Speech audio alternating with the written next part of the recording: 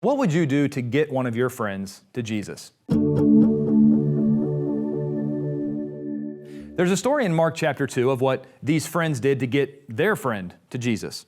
In Mark chapter 2, starting in verse 1, we have the story of Jesus healing a paralytic. The parallel account is in Matthew chapter 9, but Mark chapter 2 and verse 1 says this, "And again he," speaking of Jesus, "entered Capernaum after some days, and it was heard that he was in the house.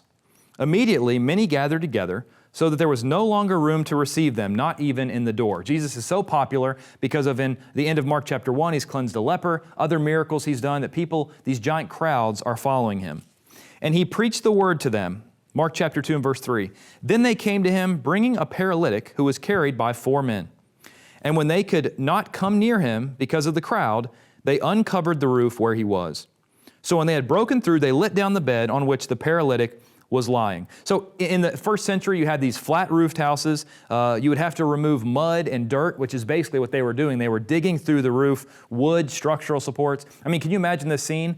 They go on the roof because they can't get to Jesus through the front of the house. And so Jesus is preaching, and there's probably dirt falling on his head where they're digging through the roof. And they're doing all this what? To get their friend to Jesus. Sometimes we are trying to get our friends to Jesus, and we might encounter obstacles. Maybe the first time you try to have a Bible study with them, they say no. But did these people give up on their first try? No, they didn't. They tried to go through the front door. They couldn't get, so they said, well, how else can we get to Jesus? They didn't let one barrier stop them. Then they go up. They wouldn't even let the roof of a house stop them, and they dug through.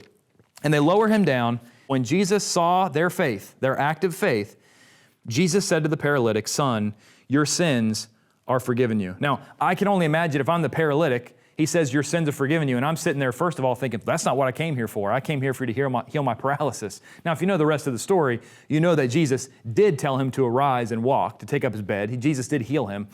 But this man came to Jesus. His friends got through a barrier to bring him to Jesus, and ultimately, his sins were forgiven. Now, he was healed physically.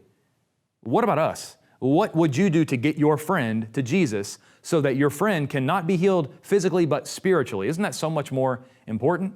So the question I have for you today is, if you want to get your friend to Jesus, are you going to let one barrier stop you? Or are you going to do like these people in Mark chapter 2 did and try to get through another way? Try to get to them a different way with the gospel to get your friends to Jesus.